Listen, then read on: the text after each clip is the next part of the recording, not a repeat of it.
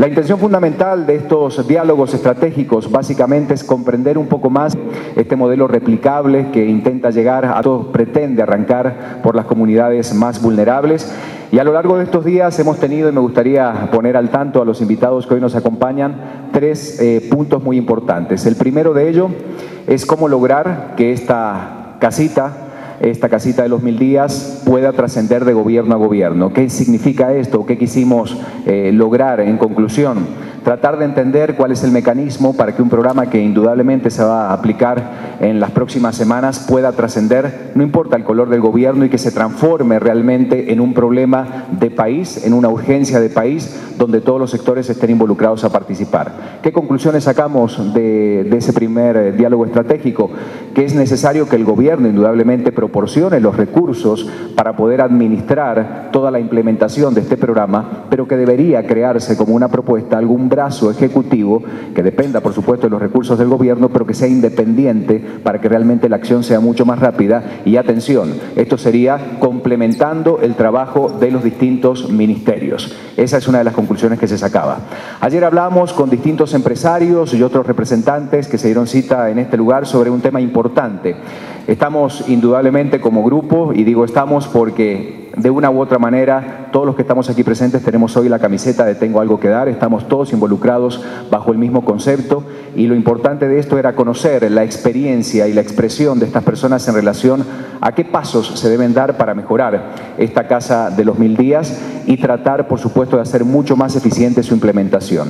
Creo que lo más interesante de ayer es que los empresarios, hubieron empresarios muy importantes, ayer de McDonald's, de Ingenio Pantaleón, coincidían en que están dispuestos realmente como empresarios a brindar la ayuda, a dar los recursos necesarios, siempre y cuando el proyecto sea medible, se pueda monitorear y se conozca los resultados en el corto, en el mediano y en el largo plazo. Pero la intención fundamental de lograr esta mancuerna con las instituciones públicas está del lado de los empresarios guatemaltecos. Y hoy la intención fundamental, después de estos dos pasos importantes que hemos dado, es conocer si las famosas alianzas público-privada, de la que hemos escuchado muchísimo, y si ustedes hacían el recorrido por la Expo, veíamos uno de los ejemplos muy interesantes de algunos de los países latinoamericanos, y por ejemplo Chile, por supuesto, le tomó 20 años hacerlo, logró revertir drásticamente los porcentajes de desnutrición en ese país. ¿Cómo lo hizo? Tomándolo en primer lugar como un compromiso de nación. En segundo lugar, gobierno tras gobierno, la premisa seguía siendo la misma. Pero en tercer lugar, abriendo un espacio genuino para que el sector privado pudiera participar de manera paralela, siempre con el orden institucional que corresponde, en esta actividad. No solamente este ejemplo, el de Chile, Brasil y muchas otras regiones donde esta unión, donde esta simbiosis dio muy buenos resultados. Esa es la pregunta de esta noche y eso es lo que vamos a tratar de clarificar.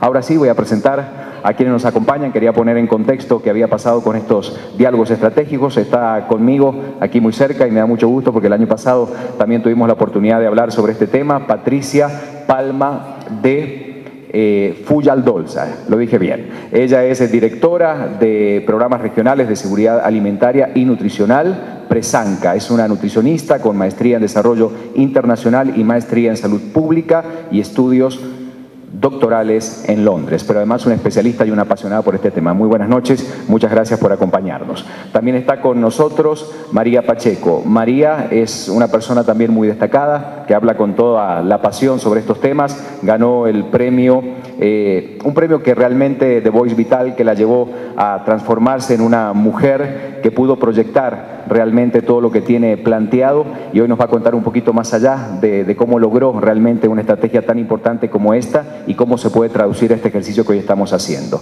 Nos da mucho gusto que esté con nosotros el señor Ministro de Salud. Señor Ministro, muchas gracias.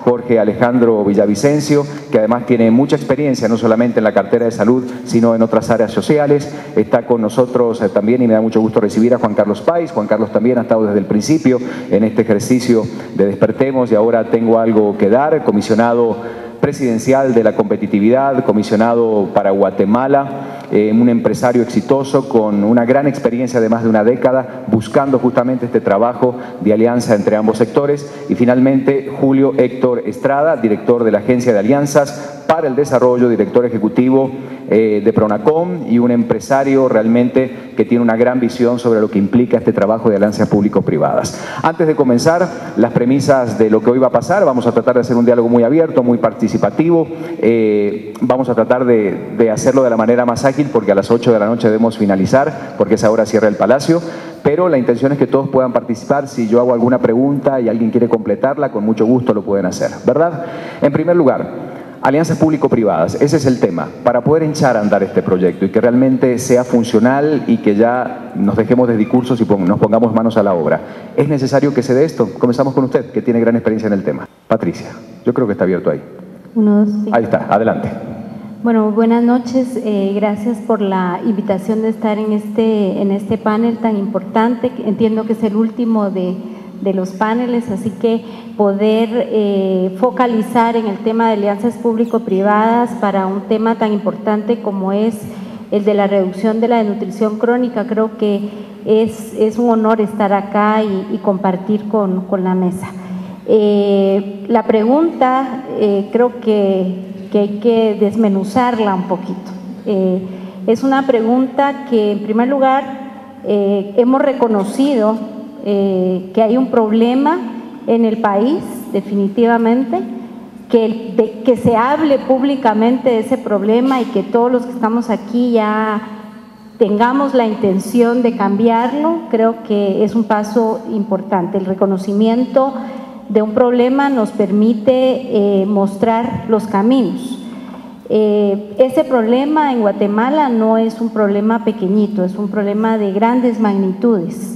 Es un problema que le corresponde solventarlo a la sociedad como un todo. Es un problema que además no se soluciona con poner una curita, sino que se tienen que hacer cosas profundas y hacer revisiones muy fuertes a lo largo de los años. Requiere una inversión de largo plazo y requiere el concurso de todos. Por lo tanto, creo que es una necesidad y una obligación de tener esta alianza público-privada donde definitivamente el gobierno tiene el rol central y tiene que lograr en conjunto concertar estos intereses, que son los intereses del bien común de todos los guatemaltecos, donde no se convierta en un aporte de beneficencia o de casualidad, sino que realmente se convierta en un programa conjunto que tiene un rol definido para cada uno. Yo creo que por ahí yo empezaría a poner el reto de lo que esto puede implicar con una visión común, concertando intereses y logrando que los intereses nos unan, no las diferencias. Yo creo que eso es lo trascendente dentro de esta iniciativa. Bueno, ¿en qué grado hacer más eficiente, María, la aplicación de este modelo, tomando en cuenta que el objetivo en común está, que el interés es el mismo, justamente respetando las instituciones, el sector privado, el sector público, pero cómo hacerlo para que realmente sea eficiente a la hora de poder aplicarlo, porque esto se va a hacer en el corto plazo? Sí, bueno, yo veo el tema de la casita, antes de hablar de la alianza y cómo hacerlo, como un símbolo a diferentes niveles. Lo primero es, cuando uno va a las comunidades, a veces le dicen, si lo puedo ver, lo puedo hacer. Yo creo que el esfuerzo que ha hecho Despertemos 2012 de ponernos de una forma muy sencilla cómo implementar todas estas acciones que si uno no lo ve así, dice, ¿y dónde consigo el hierro y dónde hago esto? O sea, lo hicieron de una forma muy sencilla. Dos, me parece que la casita se puede convertir en este ícono de decir, si con algo así tan sencillo solucionamos uno de los mayores problemas del país, o sea, te inspira a que todos juntos hagamos lo que podemos hacer. Entonces yo creo que es un ícono también de decir, esta casita es donde nace un nuevo país. A mí me fascinó eso. Luego lo otro es que también la veo como un punto de encuentro, esa área que tiene afuera. Muchas veces en las áreas rurales las mujeres están aisladas en sus casas y el solo tener un lugar donde converger para, con la excusa de pesar y ver a los niños, también empezar a hablar, empezar a compartir, me parece espectacular. Y luego, pues yo le hablaba a Juan Carlos, le decía, veo la casita como una infraestructura, pero también como el símbolo de procesos que se tienen que dar para lograr realmente combatir la desnutrición. Y a mí lo que me encanta es que creo que la forma, hay un rol para cada quien en implementar esta casita. Como tú decías, el gobierno, está el sector privado, y no nos olvidemos de las mujeres rurales, de estas mamás que para mí son las actoras principales, las agentes de cambio más importantes, que deben de como ser las dueñas de esta casita. Entonces, a mí hay un dicho que me fascina, y es que cuando las personas de diferentes sectores encuentran algo en común, se generan espacios donde cualquier cosa es posible. Entonces yo creo que esta casita, para implementarla, si estuvieran todos los fondos, creo que sería facilísimo, ¿verdad? Pero no es tan así. Entonces sí, hay un rol de gobierno, hay un rol del sector privado, hay un rol de las comunidades rurales, de las mujeres rurales, y también una invitación a personas del mundo que quieran decir, yo también quiero ser parte de una casita en una comunidad rural. Entonces creo que está el espacio, y la casita sirve para inspirar y para ver lo sencillo, o sea, sencillo, pero no tan sencillo, ¿verdad? Que puede ser hacer algo así. Así que a mí me encanta la propuesta. Señor ministro, quizás uno de los problemas de casi todas las democracias latinoamericanas es que siempre la sociedad que elige a sus funcionarios se queda pasiva esperando que solamente las acciones las tome el gobierno, y responsabilizamos solamente esas acciones al gobierno de turno. Sin embargo, creo que Guatemala está marcando una diferencia, creo que única, y es una gran oportunidad de que la sociedad organizada, las instituciones quieran sumarse para trabajar en este proyecto en conjunto. ¿Cómo lo visualiza usted? ¿Cómo incorporar para que se transforme en un complemento a la labor que hoy ya está realizando el Ministerio de Salud en este tema? Bueno, mire, primero que nada, muy buenas noches. La realidad es que el primer punto aquí es la voluntad política. Y en ese sentido yo sí quiero ser muy específico. La voluntad política del señor Presidente de la República, el haber enviado este pacto, este gran pacto, Pacto Hambre Cero, creo que es de lo más importante, porque es difícil reconocer un problema tan serio como el que tiene Guatemala con el tema de la desnutrición crónica y aguda, y el problema de la ventana de los 1000 días, que cubre sobre todo la atención de las madres, que es uno de los peores indicadores que el país tiene. Nosotros hemos trabajado con mucho de la población, no solamente del sector puramente Estado, sino que también el sector privado. Y le digo que estas alianzas son de suma importancia, porque cualquier gobierno, independientemente de su tendencia ideológica, que quiera solucionar el problema por sí solo es incapaz. Tiene que haber un involucramiento. Y yo tal vez les voy a comentar algunos datos. A veces los datos aburren, pero dicen muchas cosas. Por ejemplo, el Estado hoy por hoy tiene 1.145 puestos de salud, que es, digamos, la estructura o infraestructura más simple que permite tener contacto con la comunidad, que es donde principalmente hay que erradicar el problema de la desnutrición y la ventana de los 1000 días. Pero se han realizado, con la ayuda de las municipalidades y de la misma municipalidad y la comunidad, cerca de 3.058 centros de convergencia, que es el mínimo espacio donde se da algo de salud. Y quiero contarles, yo he viajado por el territorio, lo que significa para la gente, porque mucha gente dice, mire, los centros, puestos de salud o la salud del país está desprestigiada. Pero cuando usted llega a hablar con la comunidad y la comunidad le cuenta, fíjese que nosotros estamos muy agradecidos, porque aunque sea una vez por semana, viene una enfermera auxiliar de enfermería a prestarle atención a la población. Eso impacta. Este año, afortunadamente, con el aumento del presupuesto de cerca de 690 millones, nosotros en los 166 municipios priorizados, y le estamos asegurando a la población por lo menos una enfermera todos los días en la población, y la gente está contenta. Obviamente hay mucho que hacer, y en este mucho que hacer es importante que no se le deje toda la responsabilidad al Estado. El Estado solo no puede. Mucho de lo que se ha hecho es porque no ha habido esa participación de la sociedad civil, es porque no ha habido esto que está sucediendo. Por lo menos yo le puedo decir, desde el año pasado que yo tomé pues el cargo de ministro, ver gente que llega del sector privado, que me llega a decir, mire, queremos hacer una casita azul, queremos capacitar, queremos ayudar con las comadronas, queremos comprar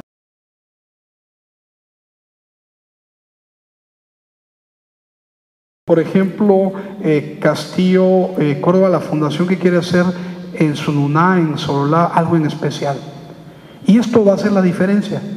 Pero también es importante que esto que es el Pacto Hambre Cero y la ventana de los 1000 días no sea un programa de gobierno. Yo siempre digo, a veces me causa problemas si a la gente no mucho le gusta, pero aquí en Guatemala la salud pública se inventa cada 4 años. Y yo creo que ahorita hay una buena oportunidad donde todo el mundo que se ha subido a ese barco de querer transformar y luchar contra un flagelo tan grande, porque el flagelo de la desnutrición no solamente es que el niño esté desnutrido y baja capacidad de estatura, es que lo va a marcar de por vida en sus capacidades mentales. El otro día estaba, por ejemplo, en un foro de competitividad y ahí hablaba yo, ¿cuál es lo que mejor de competencia le podemos dar al país?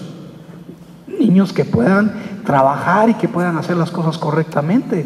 Pero si su cerebro, porque el 50% casi de los niños está desnutrido, no tiene la capacidad, eso es problema. No va a poder tener un buen trabajo y no va a poder tener un buen futuro.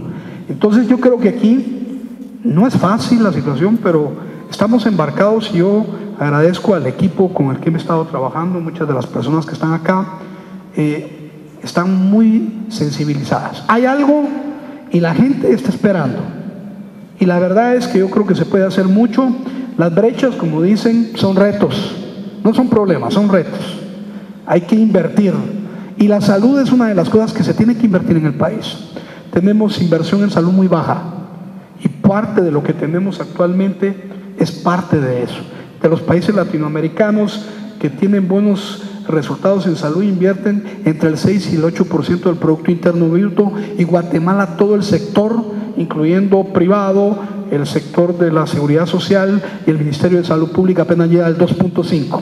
Pero este año tuvimos 690 millones más y ya con eso estamos entrándole en serio al tema del Pacto Hambre Cero y la ventana de los 1000 días. Entonces yo creo que es bueno que la sociedad como tal en su conjunto se involucre, pero al mismo tiempo que afortunadamente he encontrado un eco, yo le puedo decir, con los que he trabajado de la sociedad privada, hay que dar lineamientos, y en este sentido el rector de la salud es el Ministerio de Salud Pública, y en esa rectoría tenemos que ponernos de acuerdo precisamente para hacer las cosas lo mejor que se pueda, porque siempre los recursos van a ser insuficientes y las necesidades muchas.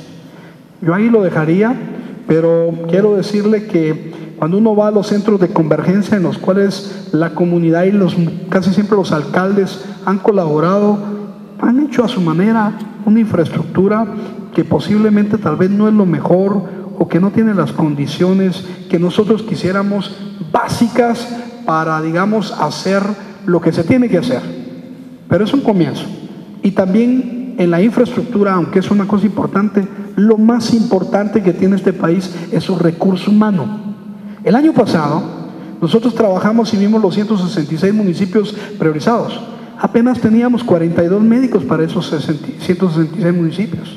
Este año vamos a tener 292, porque creemos que, claro, si las condiciones se dan de infraestructura, excelentes, pero lo más importante es el recurso humano para darle respuesta a esto, y un recurso humano capacitado, sensible y humano que entienda la problemática que tiene la comunidad. Muchas gracias, ministro. Juan Carlos, ¿cuántos años? Yo creo que más de 15 trabajando con la intención de reducir los indicadores de pobreza en el país, moviéndote siempre en foros empresariales de mucha importancia, presidiéndolos en muchos de esos casos. Después de todo ese largo camino, ¿percibís que esta es la gran oportunidad realmente de poder dar ese paso seguro para revertir realmente los indicadores con una sociedad que ya no es espectadora, sino que está dispuesta a trabajar y sumarse al trabajo y al equipo de gobierno en este plan? Ricardo, considero que son unos 3 o 4 años de pasos importantes que hay que dar, que quisiera detallar uno por uno. Adelante. Para poder dar ese gran salto que tiene que dar el país. Pero yo quisiera arrancar con el porqué, ¿verdad? Aquí con el ingeniero Estrada, tal vez hace unos 5 años, estamos haciendo diseño económico para Guatemala y viendo cómo podíamos hacer crecer la economía para que los ingresos de la población pudieran duplicarse en el menor tiempo posible. Y cuando estábamos haciendo esto, vimos que la mejor estrategia en el corto plazo del país es tener una estrategia de desarrollo basado en recursos naturales. es lo que viene más rápido y eso le daría un salto inicial. Pero que después del 7º o al 8º año, si uno no invirtió en el capital humano todo este recurso que puede venir de los recursos naturales, el salto que el país puede dar después del 7º año se estanca, que es lo que vemos que le está pasando un poco a El Salvador ahora, porque no hay una inversión en su recurso humano. Y el recurso humano es lo que a la larga, si en 50 años o 60 años, son los que va a representar el verdadero crecimiento económico del país. Y es basado en lo que podamos hacer las personas, lo que va a pasar. En el año 2032, en 20 años, más o menos, 19 decía el otro día, más o menos vamos a tendremos unos 7 millones de jóvenes menores a 20 años, de los 25 millones de personas que vamos a vivir acá. Esos 7 millones de personas, al ritmo que estamos hoy, 3.5 millones de personas no van a tener el potencial. El gran futuro de Guatemala está basado en que somos una población joven. Ya nadie en el mundo tiene ese activo.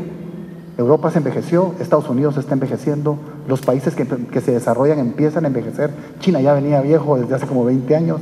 O sea, hay un problema real en el mundo de envejecimiento, donde el país que tenga los jóvenes capacitados es el país que mejor va a poder salir adelante. Y Guatemala tiene todo lo que necesita, excepto que para el 2032 vamos a tener 3.5 millones de jóvenes sin sus capacidades plenas. Este trabajo de hoy es como sociedad hacemos conciencia de eso. Entonces, ¿los pasos cuáles son? El primer paso era primero darnos cuenta.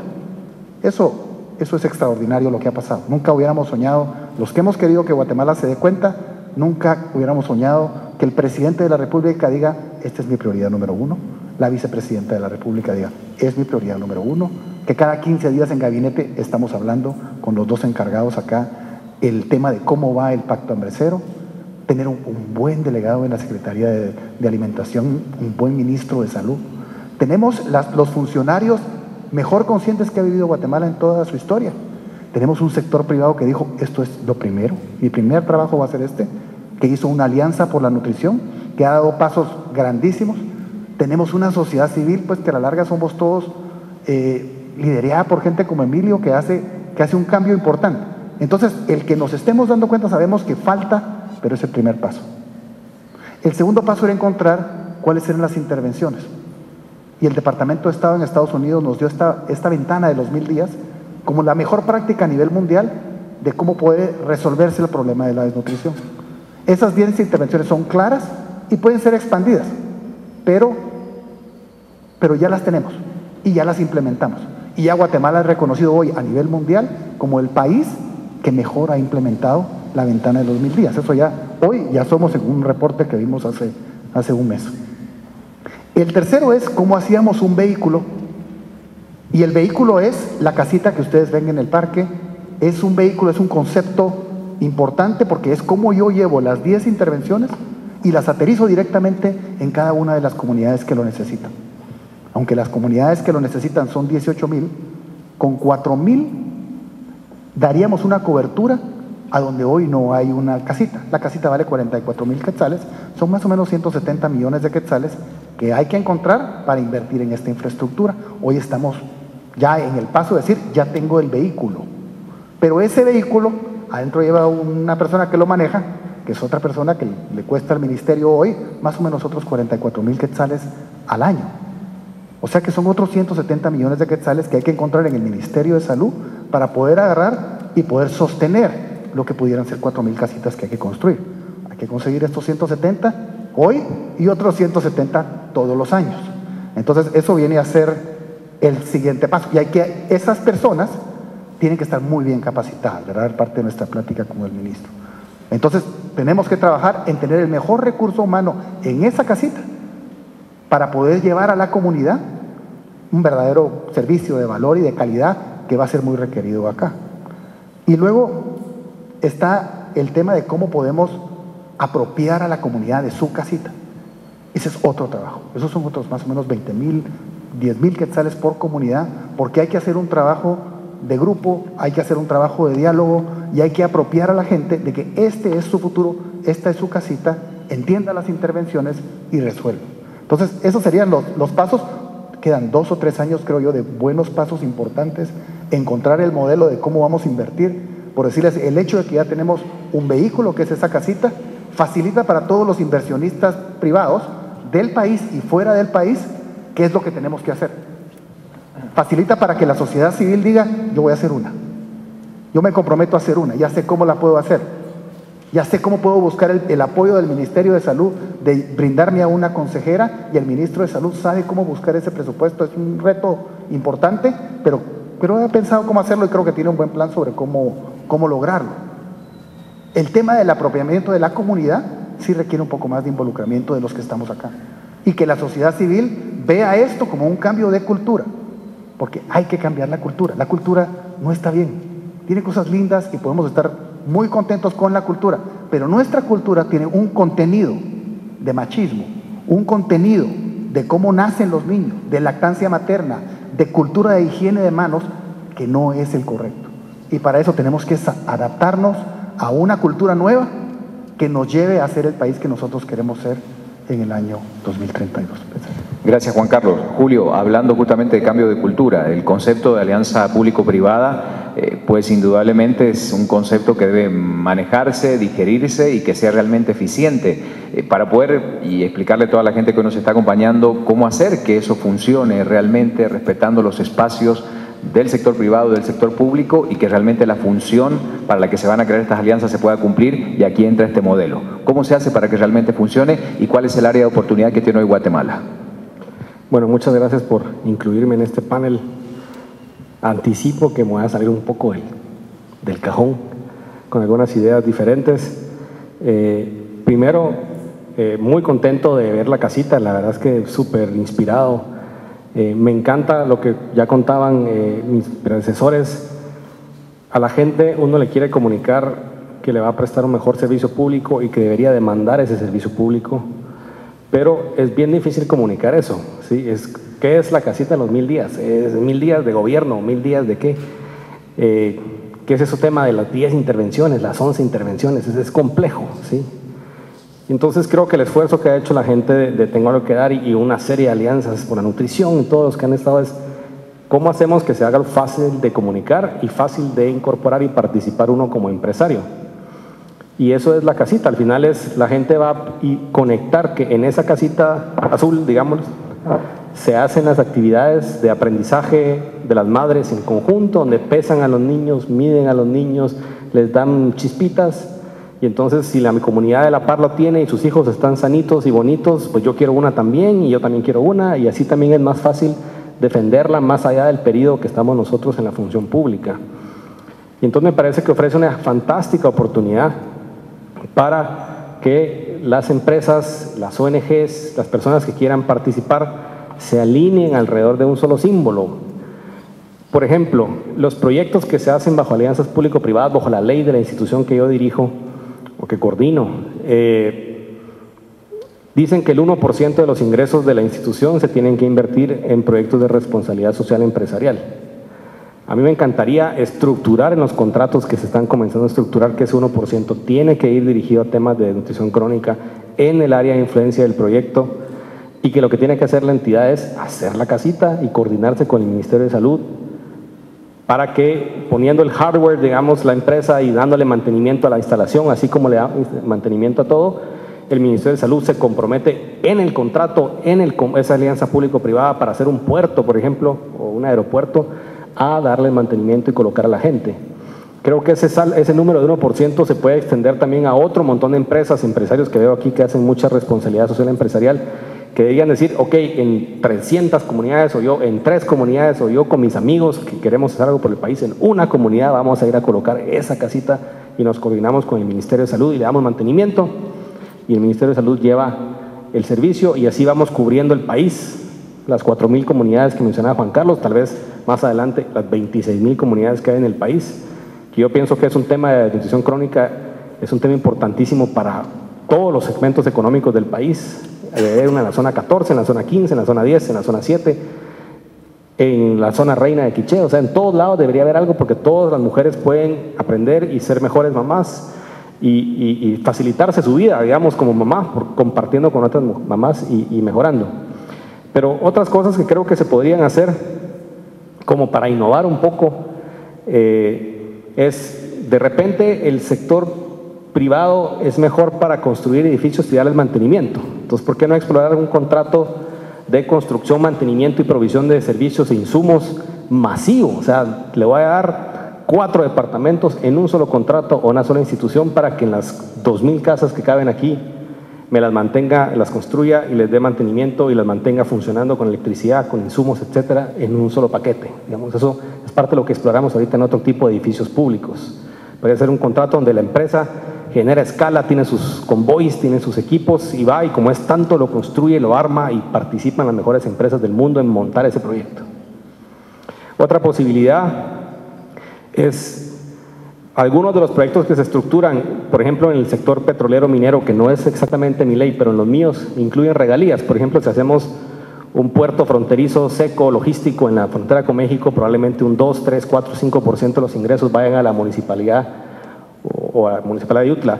A mí me encantaría ver un contrato donde yo permito que la empresa pague 1 o 2% menos de regalía si baja 2, 3 o 5% los indicadores de destrucción crónica en su municipio. Hágalo como lo haga, ¿sí? Pero de alguna manera innovar. Es decir, yo puedo invertir en la parte social versus invertir y pagar, digamos, hacer un intercambio o un swap de acuerdo a los resultados, y es un pago por resultados puro. Y eso de alguna manera también generaría esa innovación de cómo las empresas de alguna manera ahorrándose y diciendo, en vez de dar ese 3% o 2% a la municipalidad, yo me voy a encargar de los 125 comunidades de mi municipio. Podría ser algo como interesante para ver cómo se desarrollan modelos innovadores, prácticos, pero muy anclado alrededor de llevar la casita y tener los servicios y la prestación de servicios en el lugar. Y por último, entender que más allá de lo que puede ver nuestra ley y la ley de alianzas público-privadas vigente, que es más dirigida a la parte de infraestructura, en otros países han hecho otras cosas también donde involucran al sector privado con recursos. En el caso colombiano, sé que tienen un porcentaje que va cargado a la nómina, 2% si no estoy mal, o 1,5%, y se montó un instituto que es como el IRTRA, ¿sí? Aquí en Guatemala, solo que es el instituto de la parte nutricional, ¿sí? Donde se trabaja en conjunto, pero se encarga estrictamente de eso, y creo que de los hogares infantiles de nursery, digamos, de menos de 2 años de edad. Entonces se le ha dado a un grupo de empresarios la manera de decir, bueno, aquí hay dinero, lo estamos pagando entre nosotros, pero de alguna manera métase con recursos importantes a desarrollar esto a nivel escala. No compitiendo, pero de alguna manera segmentando y diciendo esta parte específicamente de cómo uno aprende a hacer esa parte de prevención se puede ir desarrollando. Entonces, algunas ideas que quería compartir como diciendo, yo creo que el país está definitivamente ahorita en el camino correcto y hay un enorme compromiso del Estado, pero también yo creo que hay más espacios para innovación y por qué no ir probando algunos modelos que generen esa escala que necesitamos en Guatemala para llegar a esa cantidad de personas que tenemos, que esos 3,5 millones de guatemaltecos que todavía podemos rescatar para el año 2032. Muchas gracias. Ministro, ¿cómo logramos la complementariedad? Es decir, que esta casita se pueda sumar, aportando y sumando, valga la redundancia, a la labor que ustedes ya están realizando, llegando a las comunidades. Al ministro le vamos a pasar el micrófono para que pueda responder cómo hacerlo, y me gustaría que todos también puedan responder esa pregunta, para que venga a incorporarse dentro de una comunidad, pero no va a reemplazar lo que hoy hace la sala de asistencia médica, el centro de salud, sino es un espacio hasta de formación, porque está destinado a mujeres embarazadas y niños hasta 2 años de edad. ¿Cómo lograr eso? ¿Cómo imagina usted que se puede dar ese espacio? Bueno, mire, primero que nada, el diálogo. Yo creo que es importante de alguna manera no vernos como contrarios. O sea, tradicionalmente, cuando algo viene del Estado, a veces se mira mal, se mira que no es correcto, pero no entendemos a veces que la sociedad en su conjunto somos todos. Y aquí hay que sumarnos. La parte privada tiene que entender que el gobierno tiene un rol, tiene una parte importante dentro del desarrollo económico de un país y que solo no lo puede hacer. Cualquier gobierno, incluso los gobiernos totalitarios, tienen una buena respuesta total para la salud de un país, por ejemplo.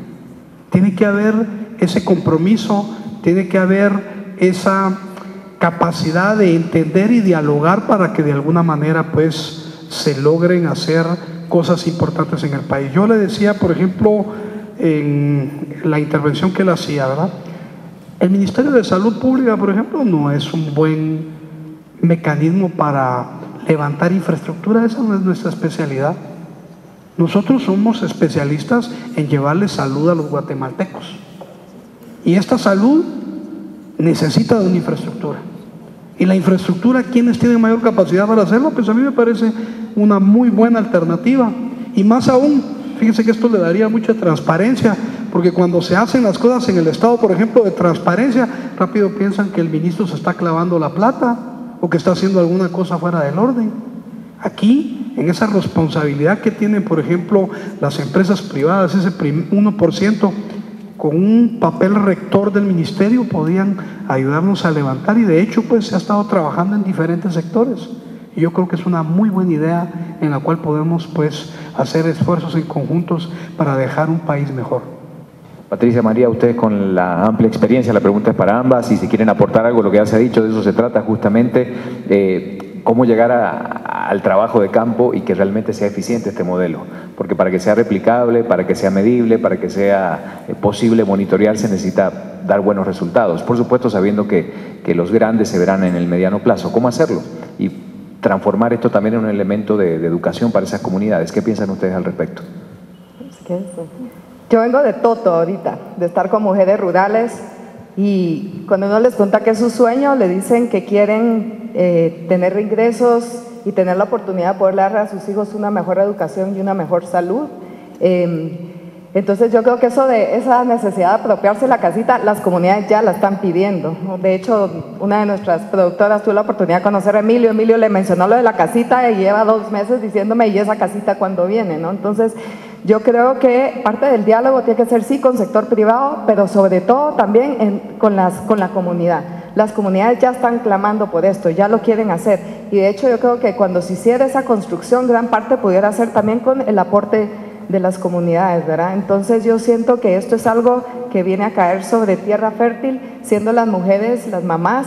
Ellas, hoy yo les pregunté y me decían, miren, nosotros aparte de trabajar y querer generar ingresos, si hay cómo distribuir filtros a alguien más, si hay cómo pesar y tallar los niños, nosotros lo hacemos, y sin casita, ¿verdad? Entonces ya esto sería algo que ellas estarían esperando. Creo que hay que verlas no como beneficiarias, sino como socias activas fundamentales para este proyecto, ¿verdad? Entonces, y lo otro es que ellas también pueden tener un rol muy importante en auditar las casitas, ¿verdad? En poder tener este contacto. De hecho, con la CESAN están participando ahorita en cómo poder verificar qué servicios están y no están llegando para la ventana en los 1000 días.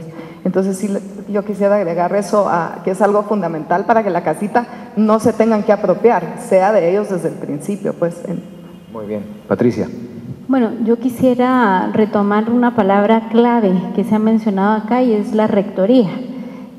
Cuando el ministro habla de rectoría, lo que nos está diciendo es que realmente el Ministerio de Salud tiene un rol, nos da las normas y nos dice cómo se debe proceder. O sea, tenemos un instrumento, tenemos la forma de hacerlo y tenemos que cumplir con eso, y vela por eso. Hace el monitoreo, controla y tiene realmente este rol de asegurarse que la población tiene cumplido el derecho universal al acceso a la salud, la alimentación y la nutrición. Yo creo que esto es fundamental como punto de partida. Segundo, la gente no está esperando un servicio eventual. Cuando uno habla de esto, y yo me pongo ya en el rol de mamá y de familia, uno entiende que el embarazo, el tener un bebé, el crearlo y el acompañarlo es algo 24 horas, 365 días, a todo momento y en todo lugar. ¿Eso qué significa?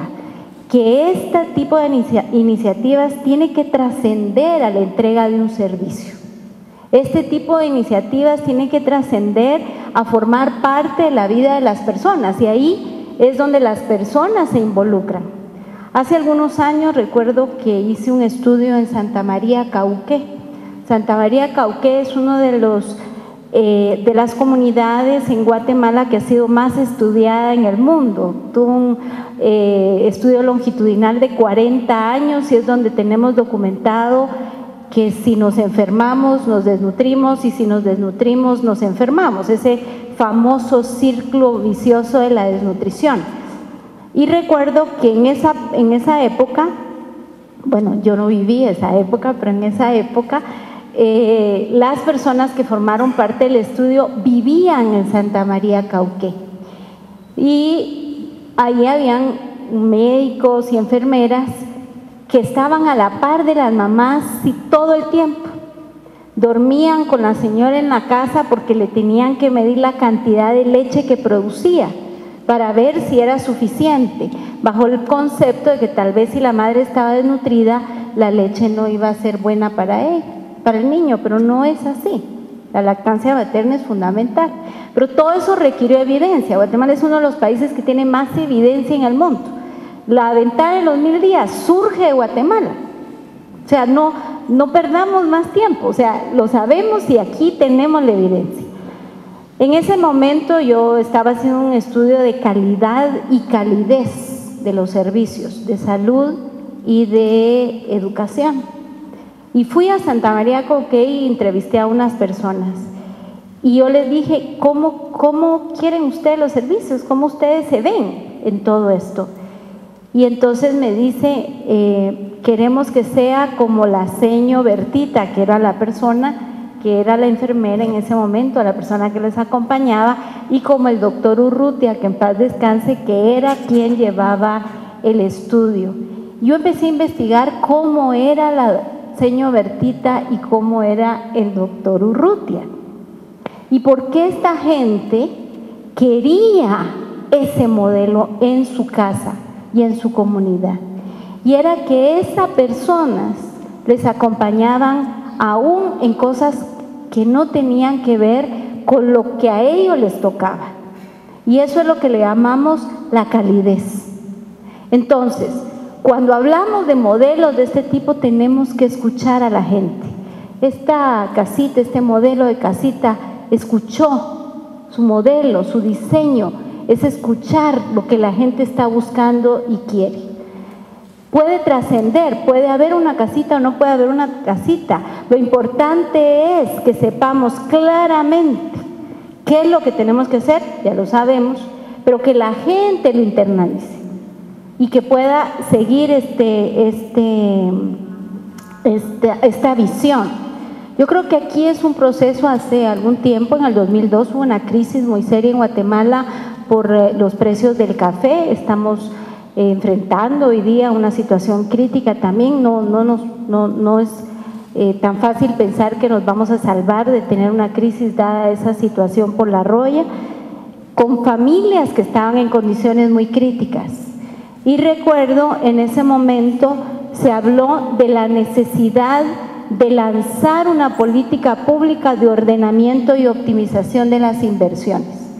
Hay muchísimos esfuerzos y uno va a una comunidad o va a un municipio o un departamento y encuentra miles de esfuerzos. El ministro decía, mucha gente ha venido a ofrecerme apoyo y quieren hacer esto. Lo que pasa es que tenemos que tener una visión común y tenemos que tener esa rectoría y tenemos que alinear realmente y tenemos que ordenar las acciones hacia ese indicador que se acaba de mencionar. Medir paso a paso cuál es la reducción de este problema, porque estamos logrando el éxito real. Entonces, yo creo que el involucramiento, en este caso el Ministerio de Salud, pero no solo el Ministerio de Salud, el Ministerio tiene una rectoría y ahí esa es la palabra clave. Y todo alrededor de esta visión que como guatemaltecos estamos construyendo. Tenemos los instrumentos y uno decía María, es que todo se ve re fácil. Y yo pensaba, sí se ve re fácil, ¿y por qué no lo hemos hecho? O sea, hace tantos años que lo estamos diciendo. ¿Cuánto hemos trabajado? Alguien me decía, es que la gente dice que no se va a lograr porque ya... Y la gente está cansada, y la gente en los servicios de salud y en todo lo que tiene que ver con eso puede decir, pero si eso ya lo hicimos, y yo también se lo digo, ya lo hicimos y lo seguimos haciendo, ¿y por qué no logramos cambios? Yo creo que el involucramiento de la sociedad como un todo, las familias, y tener un diseño y un modelo donde se ve una dinámica donde se ve algo diferente, donde tengamos un espacio que es nuestro, lo podamos tocar, que no sea un concepto, sino que se convierte en una realidad, puede ser la diferencia. Entonces, aquí hay que hacer un trabajo antropológico, hay que poner todos los instrumentos realmente a disposición, entender además que no es visto desde aquí arriba, desde el Palacio Nacional, no.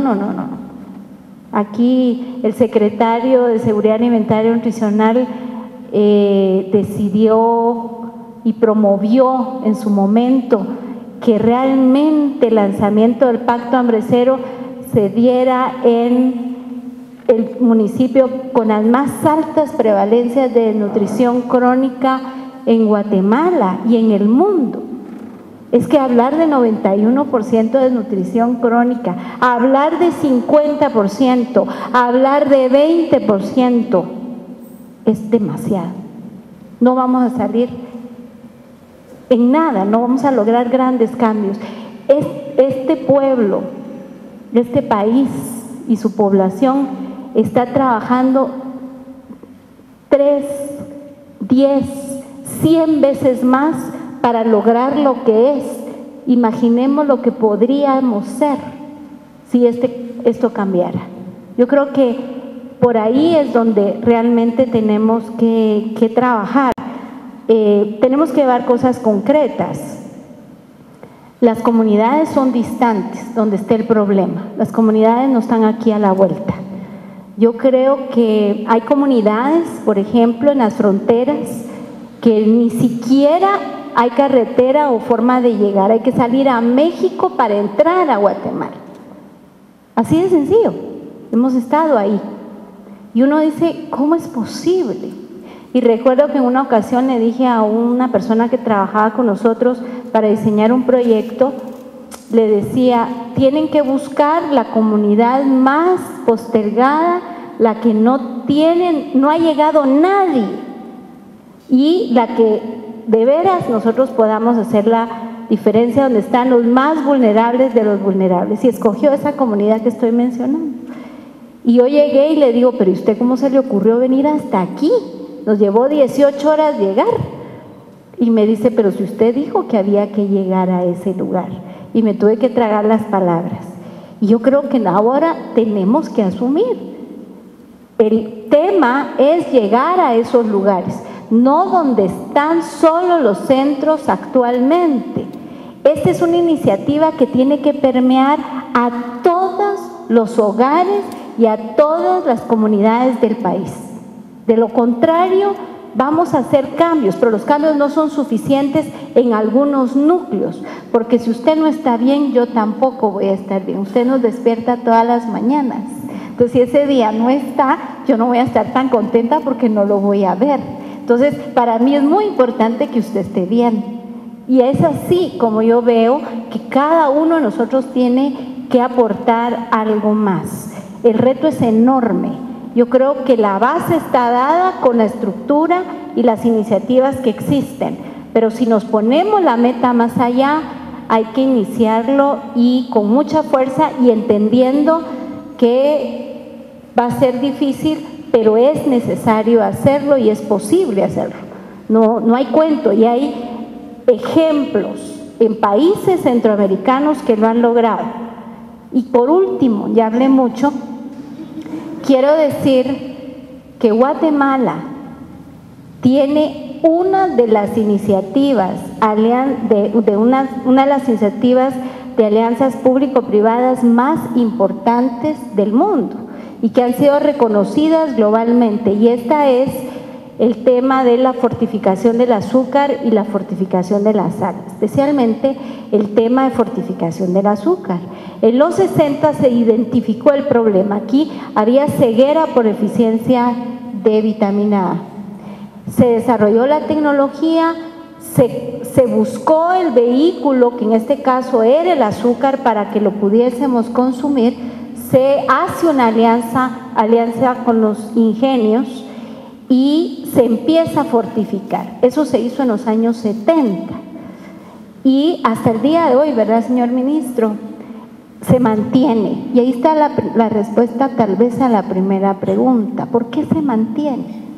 Porque hay un compromiso de todos y porque nos dimos cuenta de que sí funcionaba, porque se redujo el problema, todavía lo tenemos, pero se redujo el drama de tener gente que quedaba ciega porque no tenía acceso a un elemento tan importante como es la vitamina A. Así que yo creo que no debemos decir que no se puede, ni si se puede. Nosotros mismos le hemos dado el ejemplo a otros países del mundo. Centroamérica tiene el ejemplo, lo tiene el Asia, lo tiene algunos países del África, y yo creo que lo podemos hacer.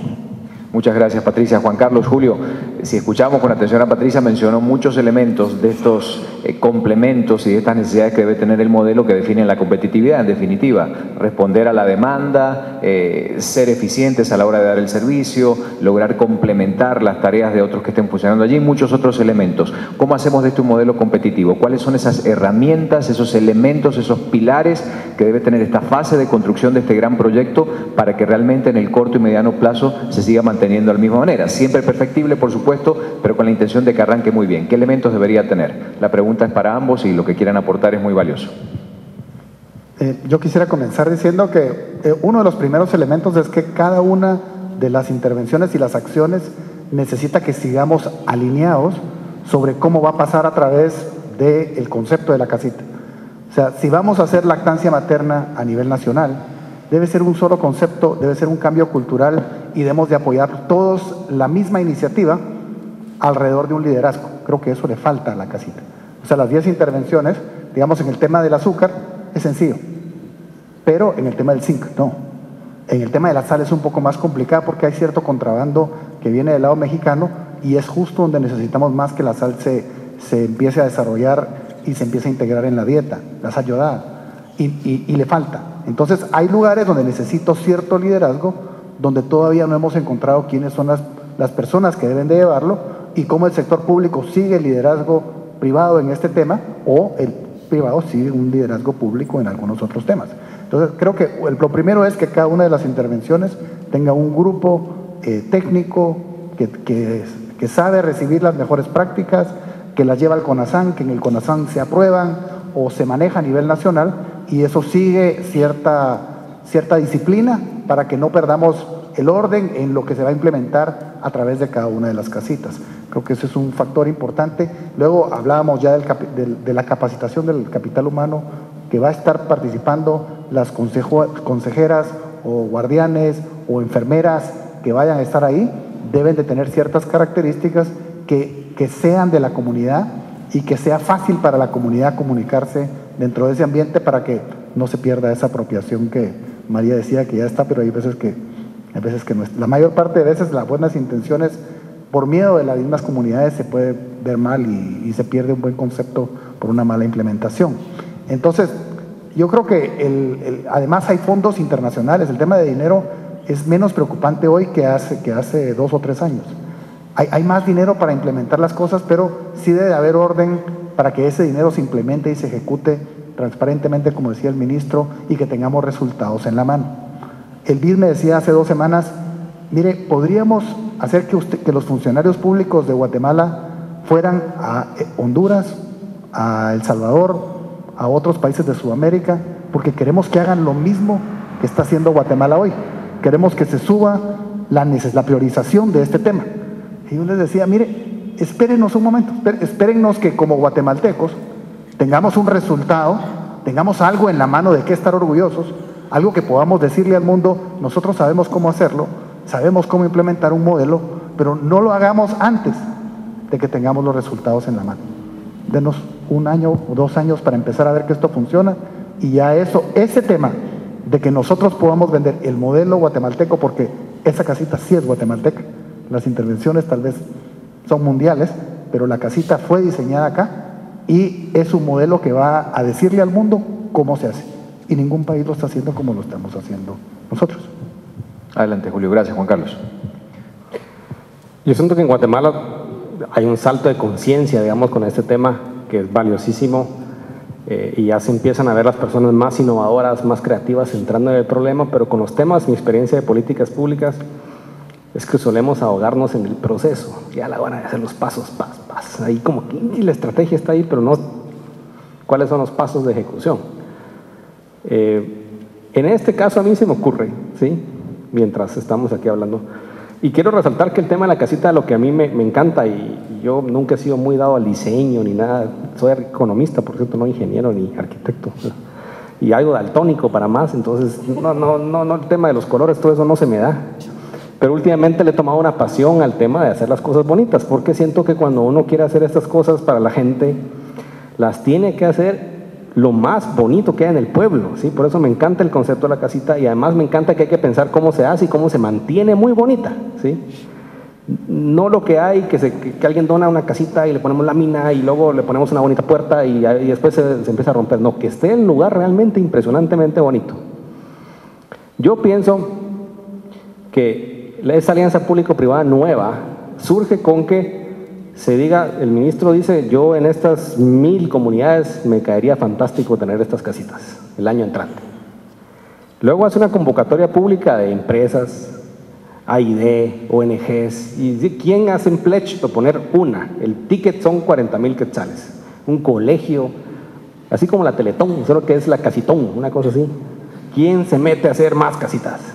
Y el compromiso del Estado es que donde la gente ponga la construcción y el dinero de armarla, el Estado va a colocar los funcionarios del plan de extensión de cobertura y va a poner el staff que pone anualmente en esas casitas. Yo creo que sería un proceso, y después vamos al Congreso, ministro, yo creo que ya con el compromiso de 300 o 500, lo que se consiga en ese casitón, de quién se mete a hacer ese tema, el Congreso tiene que decir, ministro, aquí están los 100, 200 millones de quetzales adicionales para que usted cumpla con ese compromiso que tiene la ciudadanía, incluyendo el tema de mantenimiento. Yo me hago cargo de 40,000 y tengo que poner los 5,000 que cuesta el mantenimiento con una empresa que se encarga de mantenerla linda, ¿sí? No, o sea, yo creo que desde el punto de vista de competitividad ese es el tema, es un tema de proceso, un tema de echar a caminar, pero conectado con materializar esa alianza y que mande ese mensaje, porque cuando se entere la gente de las 300 que se logran este año, el año entrante van a venir una petición de 3,000, ¿sí? Y de repente hasta conseguimos que los multilaterales pongan plata en esas cosas, directo, de una vez, quieren ayudar a Guatemala, no hagan nada más, manden $1 millón y vamos a hablar con Bill Gates y que haga falta ahí, pero que lo ponga directo, ¿sí? En esa línea que ha dado el ministerio, que dice yo voy montando ese equipo de gente que va a dar ese servicio de calidad de primer y cálido, cándido, que se puede hacer con la gente cuando se siente motivada en un lugar excepcional, con un espíritu de colaboración de la gente. Hablando de cumplir compromiso, y la pregunta es para todos, creo que una coincidencia general de todos estos días que para que algo funcione, para que pueda trascender gobierno a gobierno, los resultados deben ser medibles. Tanto la actividad privada, que va a poner una importante cantidad de recursos, quiere saber cómo está funcionando, hacia dónde van. La sociedad, para ganar la credibilidad que la institución merece, como usted decía, muchas veces pensamos que porque está el Estado incluido ya no va a ser bueno o algo ahí detrás. Pero cuando realmente se puede demostrar que se avanza, indudablemente esto genera la credibilidad de la gente y el modelo se mantiene, con el ejemplo del azúcar que usted daba, por eso sigue, porque los resultados hoy están a la vista.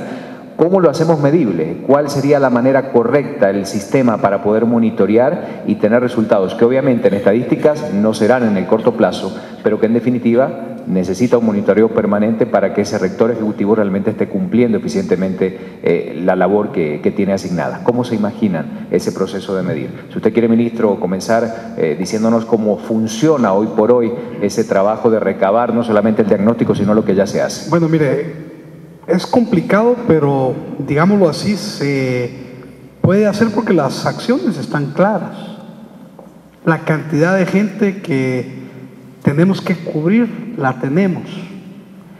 Los sistemas de información, a pesar de que, digamos, estamos en siglo XXI, pues sí, a veces están un poquito complicados, pero están en esa fase de transformación para lograr tener datos concretos y poderlo medir.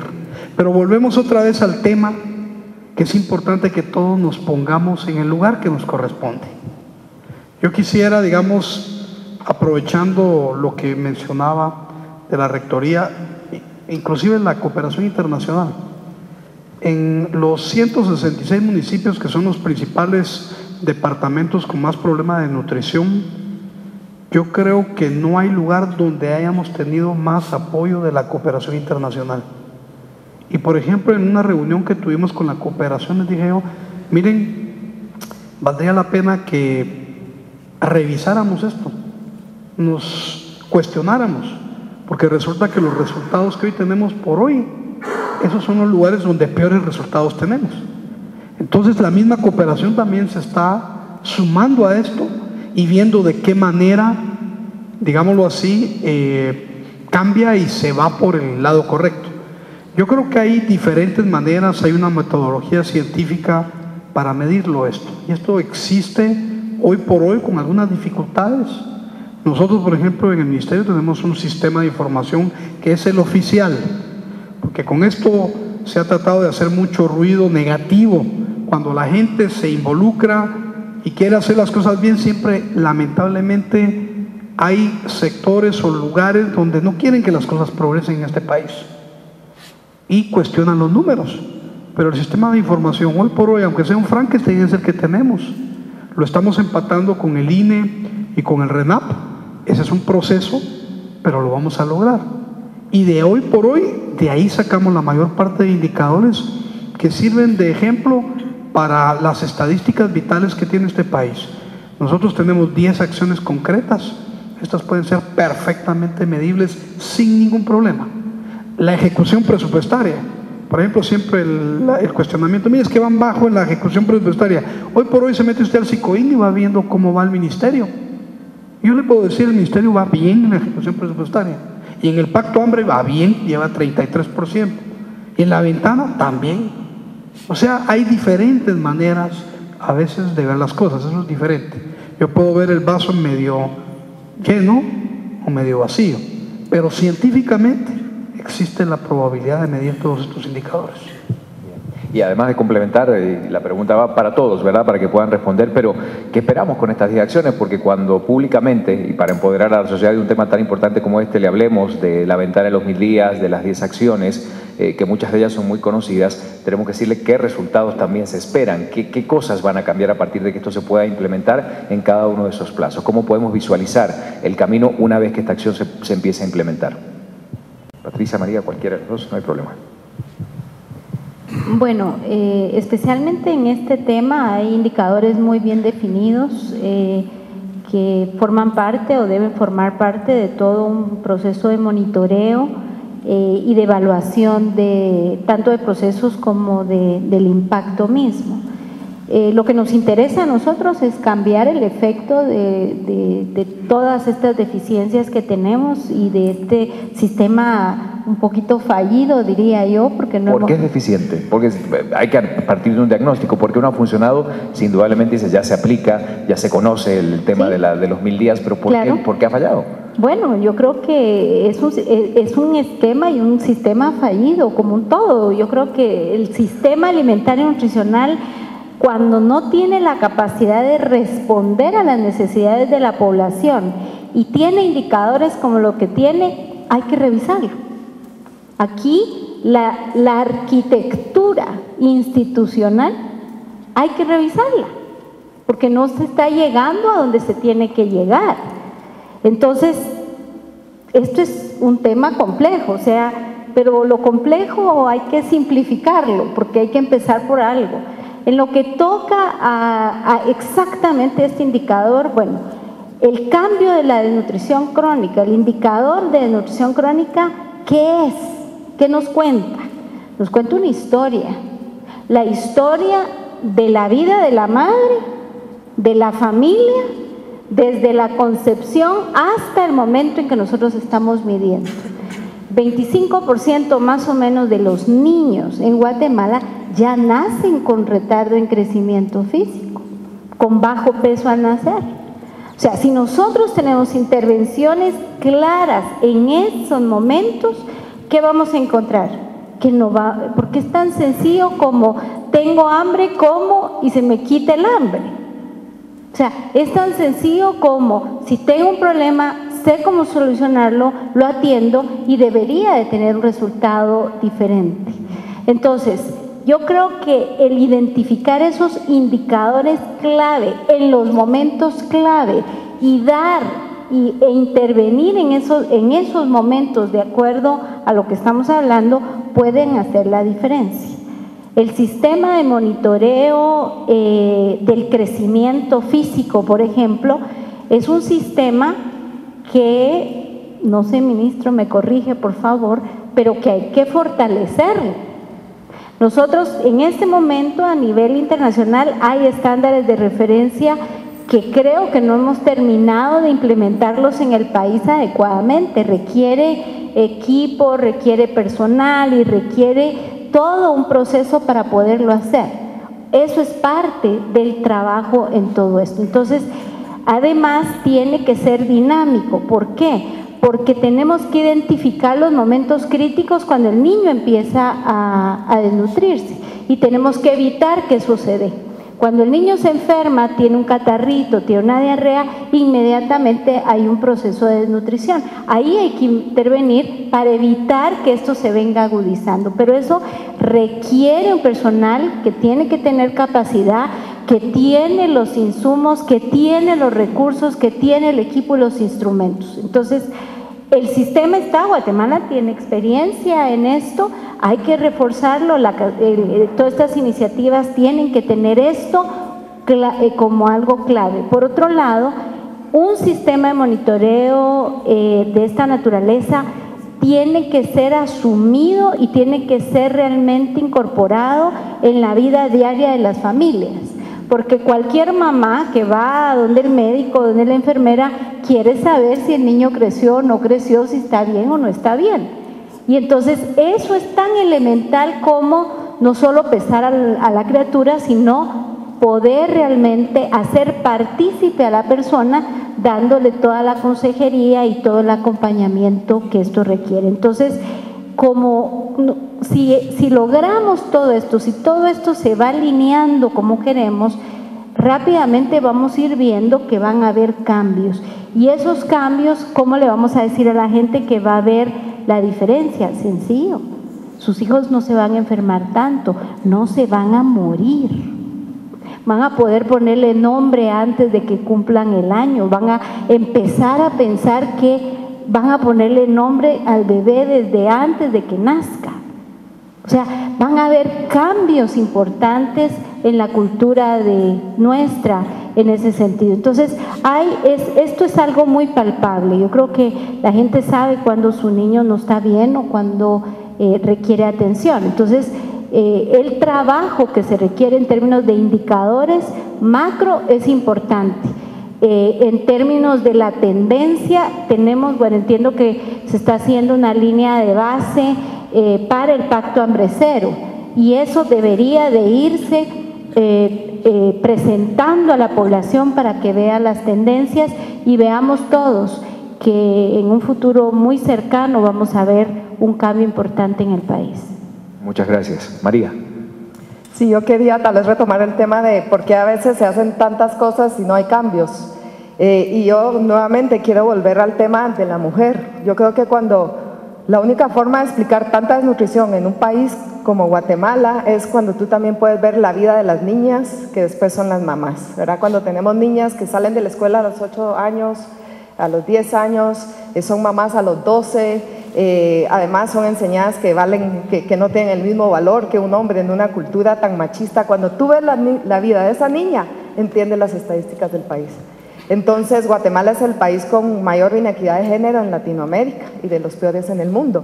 Eso es una mala noticia, pero la buena noticia está que estamos desperdiciando un potencial de esas mamás, de esas mujeres.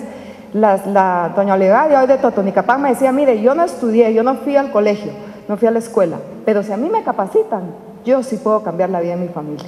Entonces yo creo que hay una gente, como digo, siempre vemos como no es la pastilla, no es esto. Estas casitas yo veo bien importante que las mujeres se junten, que empiecen, como decías tú, que sea bonita, ellas son dignas de algo bonito. Entonces esos espacios generan también que las mujeres, hoy me decían en Toto, mire, es que ahora sí sabemos que valemos, ¿no? Es un mensaje tan sencillo, pero y que una mujer que ya logra eso puede hacer cualquier cosa. Entonces sí siento que algo no ha cambiado porque realmente no hemos visto a la niña y a la mujer como ellas con oportunidades pueden generar el cambio. Y con respecto, yo creo que al monitoreo en Colombia, en Sudáfrica, creo que hay un monitoreo muy técnico, ¿no? En cuanto a bajar la desnutrición y todo, pero usan semáforos. Entonces, tener las municipalidades y municipios rojos de desnutrición, amarillos y verdes, ¿no? Y ese sistema de premiación y visualizar las alcaldías y los que están haciendo bien. Entonces, un sistema muy sencillo, decir, bueno, en Guate, ¿cuántas luces rojas? ¿Cuántas? Porque también creo que hay que construir sobre lo positivo y esos héroes rurales que van a estar haciendo esas cosas y generando esos cambios, que los podamos visibilizar, ¿verdad? Es otro nivel de monitoreo y es como más público, que inspira y que decimos, bueno, ahorita tenemos 500 rojos, el año entrante solo 200 y ahorita, ¿verdad?, todo verde. O sea, vas viendo ese cambio también físicamente, ¿verdad? Juan Carlos, Julio, si quieren complementar, y les cuento que ya en la última parte siempre yo que hay un público y lo agradecemos mucho, y como se trata de un diálogo vamos a dar espacio para 2 o 3 preguntas breves a la gente que hoy nos está acompañando, o algún comentario breve también. Entonces en un ratito hacemos eso, pero si quieren complementar esto, adelante. Pues yo tal vez decirles nada más, yo emocionado, estoy muy emocionado. Creo que el sueño de los guatemaltecos de ver un país sin desnutrición ya es una realidad. Es cuestión de tiempo y ahora lo que queremos es más rápido. Entonces va a pasar, y va a pasar en un plazo, y ese plazo sí hoy es lejos, no es tan cerca, pero ya hay un cambio importante en nosotros. El Estado ha cambiado, el ministro ha hecho un viceministerio específico para atención de primero y segundo nivel. El sector privado, la sociedad civil, ya esto no es reversible. El país ya dio ese salto. Y hoy lo que tenemos que hacer es más listos para hacerlo más rápido, para terminarlo en menos años y para poder ver menos niños morirse en estos años y ver más desarrollo. Pero ya lo que estamos viviendo hoy, yo me tiene muy entusiasmado. Estamos trabajando con muchas ganas los que estamos en esto. Estamos viendo que las cosas van a donde tienen que ir. Es solo que tenemos que ser más listos. Y yo creo que realmente los funcionarios públicos que hoy están aquí, el ministro y Luis Enrique también, que tienen un compromiso así de 18 horas diarias y de ataque al problema y de dar la cara y de ver la solución. Sé que sus familias han puesto mucho en el camino. Aquí está la esposa de Luis Enrique, yo le agradezco mucho porque yo he visto trabajar a bastante. Es realmente algo extraordinario. Y Guatemala está viendo la luz, está caminando. Entonces, mantener la unión, no dejar que los periódicos nos hablen. Si uno leyera en los periódicos lo que yo les estoy contando, uno dice, esa es otra Guatemala. Hay que estar aquí metido para entender que no es esta la Guatemala de la desnutrición. Pero hay que entender que los periódicos juegan el juego de la política, y si hay un político que dice, yo creo que esto es número 1, tiene que haber alguien que diga, esto lo hizo mal, y otro que diga, ese lo hizo bien. Y esa es la discusión que los periódicos sacan todo el día, quién lo hizo mal, quién lo hizo bien, vamos re mal, vamos re bien, y entre la poca armonía que se ve en la prensa, uno piensa que no están caminando las cosas. Y eso no es la realidad, no es la realidad que estamos viviendo. Es un momento de dar más pasos hacia adelante, de seguir con el plan, de entusiasmarnos como sociedad civil para empezar a hacer casitas. El sector privado ya tiene vistas 400 posiciones para poner casitas. Eso tenemos que levantarlo por lo menos a 1000 posiciones y a eso le vamos a dedicar nuestro tiempo. Eso es algo muy bueno para Guatemala. Sí, Julio. Yo hace poco empecé a investigar este tema de la desnutrición crónica, y lo que me gusta a mí del tema es que es una variable social fantástica desde el punto de vista de políticas públicas, porque si yo quiero mejorar la escolaridad del país, años promedio, tengo que pasar 20 años para subir 2 años promedio. Pero aquí, si uno va y hace algo de impacto rápido, llega al campo y mide niños menores de 2 años, para hacerlo más bonito, con deficiencia de talla, y mide 1 año, mide 2 años, en 3 años cambió el 100% de su muestra. Por lo tanto, si está haciendo algo bien, se mira. Entonces, yo siento que inclusive es una de esas cosas de indicador que pueden hasta participar en la cura del alma de los guatemaltecos si es de una manera participativa, porque el país necesita ese tipo de éxitos sociales donde dice, trabajamos juntos y arrancamos en 50%, no bajamos a 10 porque eso está difícil, pero como golpeamos 30% de las comunidades, hicimos el 70% de lo que había que hacer, pero sí lo hicimos en esos lugares bien completo, lo bajamos a 38. Y si seguimos así, vamos a ir al mundial porque tenemos jugadores más altos y más rápidos. Y entonces, digamos, la gente se empieza a entusiasmar y eso le caería también al país en ese momento, sería fantástico. Y entonces desde el punto de vista, digamos, operativo, que yo tampoco entiendo de llegar a campo, pero desde el punto de vista como yo he asesorado empresas y cosas así, lo fantástico también es poder ponerlo todo, que el que implementa esa casita sea, y todo el paquete de intervención sea idealmente un solo responsable, como sucede un poco con el programa de extensión de cobertura.